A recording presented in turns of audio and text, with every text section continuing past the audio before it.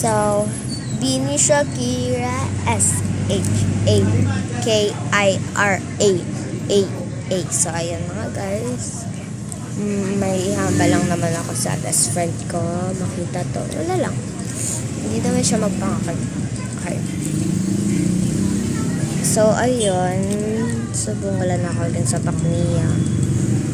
Minahal mo ang isang best friend mo, pero sinakpan ka.